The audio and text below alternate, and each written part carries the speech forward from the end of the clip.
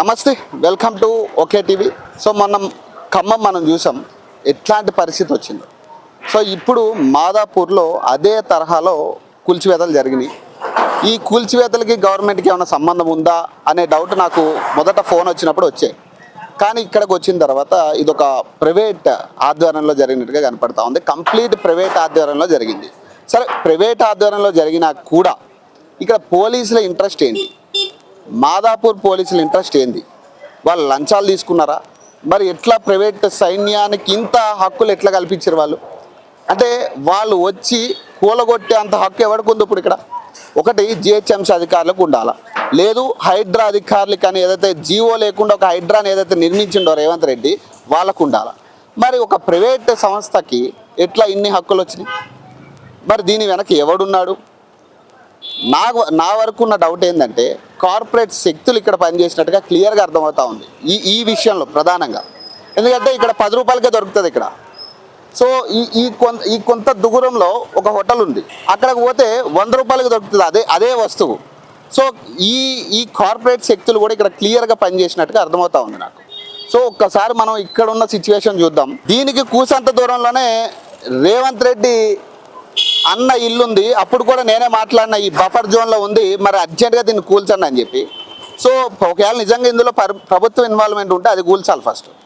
So లేదు, private సైన్యం అంటే ఎట్లా మీరు ప్రైవేట్ వాళ్ళకి ఇంత హక్కులు ఇచ్చారు? తెలంగాణ గవర్నమెంట్ ఉంది, గవర్నమెంట్ అధికారులు ఉన్నారు, జిహెచ్ఎంసీ అధికారులు కూడా వీళ్ళకి పర్మిషన్ ఇచ్చారు. 15 సంవత్సరాల నుంచి వీళ్ళు రన్ చేస్తూ ఉన్నారు. దేవస్థానంతో వాళ్ళు ఒక మాట పెట్టుకుని, సో దేవస్థానానికి అంతో కొంతో ఇదంతా కూడా దేవస్థానం పరిధిలోకి వస్తుంది కాబట్టి సో వాళ్ళతో మాట్లాడుకుని ఎంతో డొనేషన్లు ఇచ్చే పరిస్థితి. సో ఇక్కడ ఉన్న ఒక్కసారి సిచ్యువేషన్ చూస్తే ఎంత దారుణం అంటే కనీసం ఒక టైం ఇవ్వలే. ఒక పోలీస్ అధికారి అనేటోడు నిజంగా ప్రజల కోసం పనిచేయాల్సిన వ్యక్తి. ఒక పోలీస్ అధికారిని ఎందుకు పెట్టుకుంటాం మనం? వాడు ప్రజల తరపున ప్రజలకు అన్యాయం జరుగుతుంటే మాట్లాడాల్సిన పోలీస్ అధికారి ఈరోజు కొంతమందికి తొత్తుల్లా మారి వాళ్ళ దగ్గర పైసలు తీసుకున్నా లేకపోతే ఇంకొక అవసరాల కోసమా ఇట్లాంటి వాళ్ళందరినీ కూడా కడుపు కొట్టే పరిస్థితి చేసిర్రు. ఈరోజు మొత్తం వీళ్ళందరూ రోడ్ల మీదకి వచ్చిర్రు. చూడండి, ఇక చూడండి, వాళ్ళు అన్నీ రెడీ చేసుకుని పెట్టుకుని అమ్ముకోవడానికి సిద్ధంగా ఉన్న టైంలో పట్టగొట్టే ప్రయత్నం ఇదంతా కూడా. ఏం పనికిమాలిన రాజకీయాలు చేస్తూ ఉన్నారో అర్థం అవ్వట్లేదు. మరి ఇందులో పోలీసుల ఇంట్రెస్ట్ ఏందనేది ఇది క్లియర్గా ఖచ్చితంగా పోలీసు అధికారులు చెప్పాలి. ఆల్రెడీ అక్కడ కొంతమంది పోలీసులు కూడా ఉన్నారు, మాట్లాడదాం వాళ్ళతో కూడా. ఎందుకంటే వాళ్ళకి ఎలాంటి సమాచారం ఉందో కూడా తెలియాలి కదా. ఏం చెప్పి వాళ్ళు ఇన్వాల్వ్ అయ్యారు ఇందులో? ఇప్పుడు పోలీసు వాళ్ళు ఇన్వాల్వ్ అయ్యారంటే ఖచ్చితంగా అందులో ఎంతో కొంత న్యాయం ఉంటేనే వాళ్ళు ఇన్వాల్వ్మెంట్ అవ్వాలి. మరి న్యాయం ఏందనేది కూడా అడగాలి కదా. సో అన్న, మీరు ఎన్ని సంవత్సరాల నుంచి ఉంటున్నారు? ఎన్ని సంవత్సరాల నుంచి ఉంటున్నామా మీరు? 15 సంవత్సరాల నుంచి. అంటే ఏం చెప్పారు? ఒకటే కారణం, మీకు చెప్పిన కారణం ఏంది? మొన్న శుక్రవారం అయితే వచ్చారండి, సాటర్డే సండే టైం ఇచ్చారు, మండే వస్తామన్నారు. అంటే జిహెచ్ఎంసీ వాళ్ళు ఎప్పుడు వచ్చినా వాళ్ళు ఇదే మాట చెప్తారు. ఇంకా మేము కూలగొట్టరని అనుకున్నాం.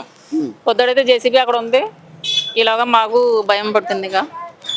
ఇప్పుడు మీకు తెలిసిన వరకు ఇది జిహెచ్ఎంసీ అండర్లో జరిగిందా, లేదా హైడ్రా అండర్లో జరిగిందా, లేదా ప్రైవేట్ వ్యక్తులు? రెండు కాదు, కాలనీ మెంబర్లు చేస్తారు ఇదంతా. ఇప్పుడు కాలనీ మెంబర్లకైనా అంత హక్కు ఎక్కడ? ఇప్పుడు డైరెక్ట్ కూలగొట్టే హక్కు ఒకరికే ఉంది, జిహెచ్ఎంసీ అధికారులకా లేదా హైడ్రా అధికారులకు, వీళ్ళిద్దరికే ఉంది. ఇప్పుడు వీళ్ళకి కొత్తగా ఎక్కడ అధికారం వచ్చింది? ఇప్పుడు పోలీసులు ఏమంటున్నారు? పోలీసులు వచ్చారు కదా, వాళ్ళైతే నా దగ్గరికి రాలేదు సార్, అటు సైడ్ మాట్లాడారు, ఇక్కడికైతే రాలేదు వాళ్ళు. మీరేం చెప్తారమ్మా? ఇప్పుడు మొత్తం నష్టపోయి మరి చాలా నేను నష్టపోయాను కదా సార్. మరి నేను చాలా వరకు నష్టపోయాను. ఇప్పుడు నేను సిగరెట్లు ఇక్కడ నేను ఓన్లీ సిగరెట్లు, చాయ్, డ్రింక్స్ అమ్ముతాను. అతను ఏమన్నాడంటే నీ సిగరెట్ల వల్లే తీసేస్తున్నాను అన్నాడు. మరి నా సిగరెట్లు అయితే నా ఒక్క షాపే తీసుకోవాలి, వీళ్ళందరూ షాపులు ఎందుకు తీయడం? మరి అంటే మీరు ఒప్పందంతోనే ఉన్నారు కదా ఇప్పుడు ఏదైతే దేవస్థానం? నేను ఎప్పుడు 5 సంవత్సరాల నుంచి అమ్ముతున్నాను ఇక్కడ. వాళ్ళే వచ్చి మనం చెప్పారు అమ్మద్దు అన్నారు. అమ్మద్దంటే నేను 1 వీక్ బంద్ చేస్తాను. నేను బంద్ చేసిన అందరూ వచ్చి మళ్ళీ ఇటే తాగుతున్నారు. సర్లే అందరూ ఇటే తాగుతున్నారు కదా, నేను మళ్ళీ పెట్టినా. మొన్న వచ్చి నన్ను బెదిరించారు, నువ్వు ఎందుకు అమ్ముతున్నావు అట్లా ఇట్లా అని బెదిరించారు. సరే మరి అందరూ తాగుతున్నారు అందుకే నేను అమ్ముతాను, మీరు అన్ని ఇప్పుడు అక్కడ వెనకాల ఒక షాప్ ఉంది, అది కూడా తిప్పి నేను తీసేస్తానని చెప్పారు. అది ఒక్క రోజులో మొత్తం అల్లకల్లోలం అయినట్టే కదా. దాదాపు ఇన్వెస్ట్మెంట్ పెట్టుకుని ఉన్నారు మీరు మొత్తం కూడా. ఇదంతా కూడా మాకు లాసే కదా. ఇప్పుడు ఎంత ఏపీలంటే ఇప్పుడు దగ్గరగా ఎంత అవుతుందో చూడండి. అంటే మీరేం కోరుకుంటున్నారు? ఇప్పుడు బేసిక్గా అతను సారీ చెప్పినారే ఏదో చెప్తా ఉన్నారు, సారీ చెప్పింది మళ్ళీ వేసుకోండి. నష్టపరిహారం అన్నా కావాలి కదా. మరి ఇప్పుడు నష్టపరిహారం ఎంతో కొంత ఇస్తేనే కదా మేము ఇవన్నీ వేయించుకుంటాం. ఇప్పుడు మళ్ళీ ఇది ఎంత వేయించుకోవాలంటే మేము రూపాయి కూడా పెట్టుకున్నాం, ఎక్కడే వేయించుకుంటాం ఇదంతానే. నేను ఇప్పుడు సింగిల్గా ఆడదాన్ని ఇక్కడ. మా హస్బెండ్ కూడా లేడు, ఆయనకి ఆపరేషన్ అయింది, ఆయన ఊళ్ళో ఉన్నాను, నేను ఒక్కదాన్ని ఉంటున్నాను ఇక్కడ. వీళ్ళు వచ్చి ఇట్లా చేస్తారు మరి. అంటే బేసిక్గా ఎంతమంది అన్నా ఎన్ని షాపులు ఉంటాయి మీకు ఏమన్నా 10-20 ఉంటాయి. అంటే ఏంటంటే ఏం చెప్పారు అసలు వీళ్ళు ఖాళీ చేయడానికి మెయిన్ రీజన్ ఏం చెప్పారు? మాకు అంత ఏం ఐడియా లేదు అన్న. వచ్చి సాటర్డే రోజు వచ్చి చెప్పారు అన్న ఖాళీ చేయాలి, సామాన్లన్నీ తీసేసుకున్నారు. ఒక్కరోజు గ్యాపుల్నే ఇది మొత్తం క్లియర్ చేసి పడేసి.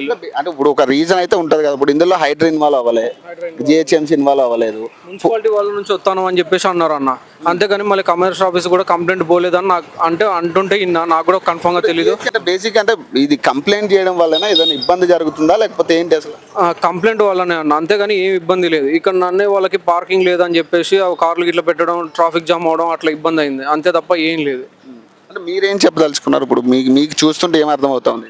ఏముందన్న, ఇక కార్పొరేట్ వాళ్ళు చేయించినట్టే అవపడుతుంది. ఏముంది అందులో ఏం లేదు. ఇక్కడ 100 రూపాయలు 10 రూపాయలు దొరికితే ఆడ 100 రూపాయలు దొరుకుతుంది. వాళ్ళకి బ్యాడ్ పార్కింగ్ ఇట్లా ఏది లేదు, మా మీద పడరు, అంతే తప్ప ఏం లేదు ఆడ. మరి ఇప్పుడు ఏందన్న మీ సిచ్యువేషన్ ఏంది? మొత్తం దాదాపు ఇక మొత్తం నష్టపరిహారం గట్టిగానే జరిగింది కదా అప్పుడు? గట్టిగానే జరిగింది. చూడండి అన్న షాప్ ఎట్లా ఉన్నాను. ఇప్పుడు ఎవరైతే కంప్లైంట్ చేసిండో ఆయన వచ్చి మళ్ళీ పెట్టుకోమని చెప్పిండు అట్లా? మరి ఎవరు పెట్టుకోమని చెప్పారు ఏం ఐడియా లేదన్న. డాడీ బయటికి వెళ్ళారు, ఆయన వస్తే తెలుసు. పెట్టుకోమని చెప్పిరా మీకు? పెట్టుకోమని చెప్పారంట. మరి ఎందుకు కూలగొట్టడం, ఎందుకు పెట్టుకోమని? ఇప్పుడు అర్ధగంట ముందు వాళ్ళు మాట్లాడుకొని డిసిషన్ తీసుకుంటే అయిపోయేది, కూలగొట్టాల్సిన అవసరం లేదు. మళ్ళీ ఇప్పుడు ఒక మళ్ళీ 5-6 లక్షలు పట్టుకుంటే తప్ప షెడ్ కాదు. మీరేం అడుగుతున్నారు అన్నప్పుడు? మరి ఇప్పుడు మీ ఆలోచన ఏంటంటే పెట్టుకోవాలని నడిపించుకోవాలని, అంతే తప్ప ఏం లేదన్న. మొత్తం మీద అయితే ప్రైవేట్ వ్యక్తులు అయితే ఇన్వాల్వ్ అయ్యారు ఇందులో బాగా, అంతే అన్న. అంతే. సో ఒక్కసారి ఈ సిచ్యువేషన్ చూద్దాం ఒకసారి. వీళ్ళ సిచ్యువేషన్ ఇప్పుడు ఇవన్నీ కూడా అరేంజ్ చేసుకున్న పరిస్థితి. ఎక్కడికక్కడ వీళ్ళు తెల్లారి ఇక లేచిన దగ్గర నుంచి కూడా వీళ్ళు ఇవన్నీ కూడా పెట్టుకుని ఇక్కడ అమ్ముకుంటున్న బతుకులు ఇవన్నీ కూడా. వీళ్ళేమి దళారులు కాదు, వేలకు వేల రేట్లు గుంజుకునే 5 స్టార్ హోటళ్ళు కాదు. ఇవన్నీ కూడా ఇక పేద బడుగు వర్గాలకు చెందిన వాళ్ళవి. ప్రధానంగా చెప్పాలంటే ఒక సామాన్యుడు ఏదో చిన్న బిజినెస్ పెట్టుకుని చేసుకోవాలనుకునే పరిస్థితి ఇది. సో ఇట్లా మొత్తం ఒక్కసారిగా సామాన్లన్నీ బయటకు పెట్టారు చూడండి. ఎక్కడికక్కడ మొత్తం ఇగో మొత్తం ఎక్విప్మెంట్ మొత్తం ఒక్కసారి ఇక్కడ నుంచి చూస్తే మొత్తం ఎక్విప్మెంట్ అంతా రోడ్డు మీద ఉంది.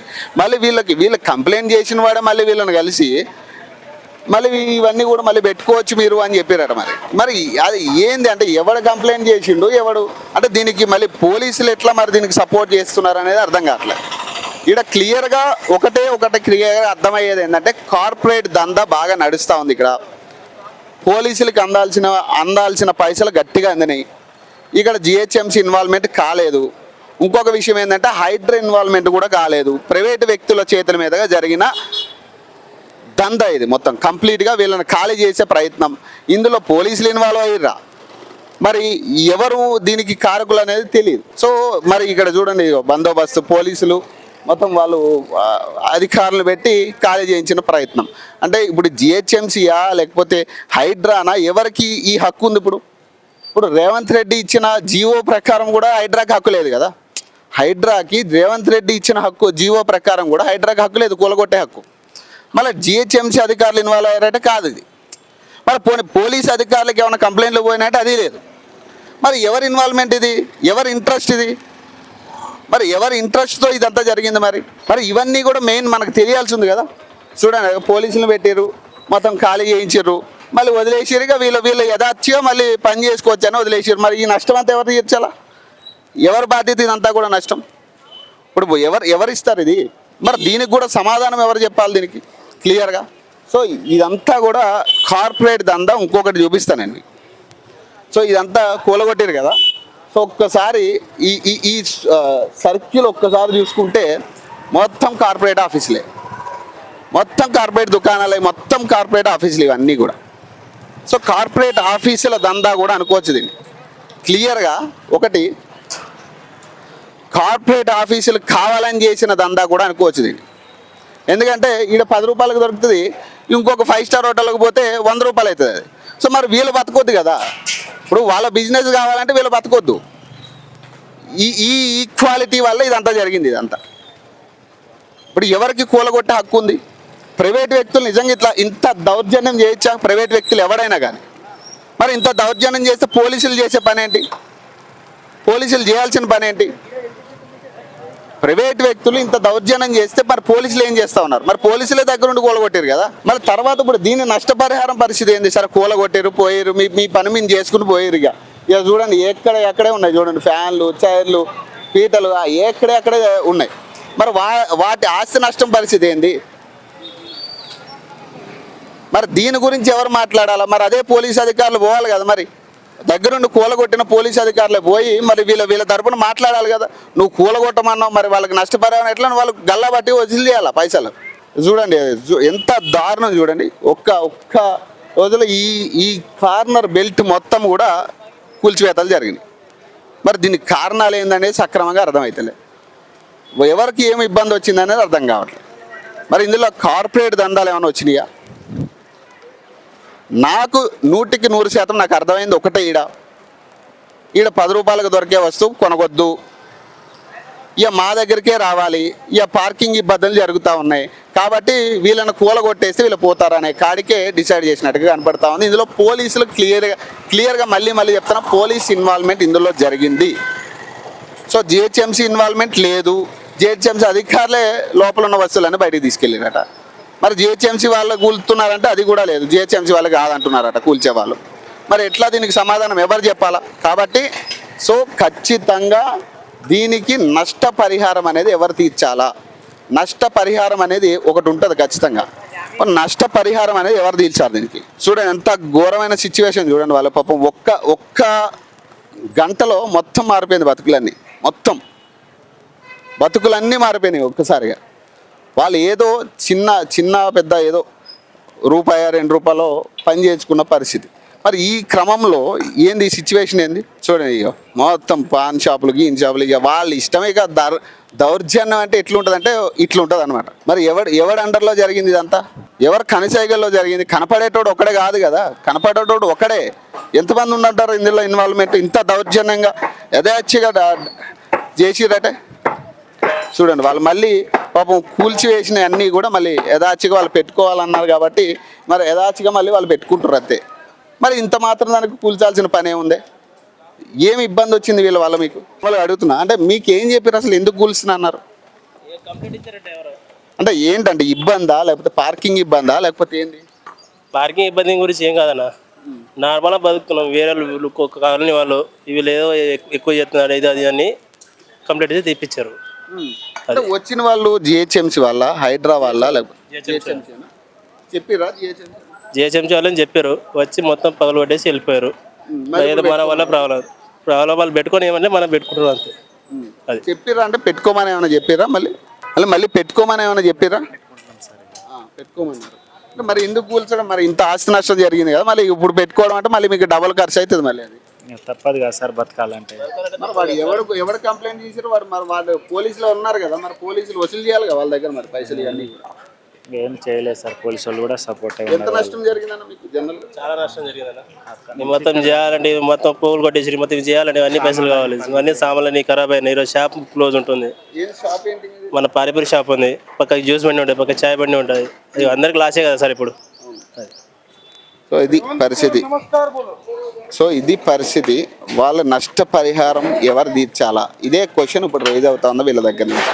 సార్ నేను కూడా ఒకటే అడుగుతున్నా, ఇందులో క్లియర్గా కార్పొరేట్ మనుషులు ఇన్వాల్వ్ అయ్యారు. ఇందులో క్లియర్గా చెప్తున్నా, కార్పొరేట్ మనుషులు ఇన్వాల్వ్ అయ్యారు. ఇక్కడ జిహెచ్ఎంసీ రాలే, హైడ్రా రాలే. ఇక్కడ జరిగింది మొత్తం కూడా ప్రైవేట్ వ్యక్తుల కనుసైగల్లో ఈ కూల్చివేతలు మొత్తం జరిగినాయి, ప్రైవేట్ వ్యక్తుల కనుసైగల్లో. దీంట్లో పోలీసులు చాలా కీలకమైన పాత్ర పోషించారు. వీళ్ళ బతుకులను ఆగం చేశారు. ఇప్పుడు ఈరోజు మళ్ళీ వీళ్ళు పెట్టుకోమంటే ఎంతగానం ఆస్తి నష్టం జరిగింది ఈడ. మరి ఎవడిస్తాడు? ఎవడు వసూలు చేయాలి ఈ పైసలన్నీ కూడా? మరి అదే పోలీసు అధికారులు ఎవడైతే కంప్లైంట్ చేసారో వాళ్ళు గల్లా పట్టుకుని వసూలు చేసి ఇవ్వాలి వారు కదా వీళ్ళకి. ఈ పైసలన్నీ ఎవరు ఇవ్వాలి? మరి అదే పోలీసు అధికారులు ఎవరైతే అమ్ముడు పోయారో అదే పోలీసు అధికారులు మరి వాళ్ళ గల్లా పట్టుకుని ఎవరైతే కంప్లైంట్ చేసిండో, అరే నువ్వు ఇప్పుడు మళ్ళీ ఏంద్రా మాట మార్చి నువ్వే కట్టాలని చెప్పి వసూలు చేయాలి ఈ పైసలన్నీ కూడా. సో ఖచ్చితంగా ఇక్కడ కార్పొరేట్ పాత్ర క్లియర్గా కనపడతా ఉంది. సో కాబట్టి ఖచ్చితంగా ఇందులో పోలీస్ ఇన్వాల్వ్మెంట్ చాలా, నేను మొదటి నుంచి అదే చెప్తున్నా, పోలీసుల ఇన్వాల్వ్మెంట్ చాలా క్లియర్గా ఇందులో కనపడుతుంది. కాబట్టి పోలీసుల మీద కూడా హెచ్ఆర్సీ యాక్షన్ తీసుకోవాల్సిందే.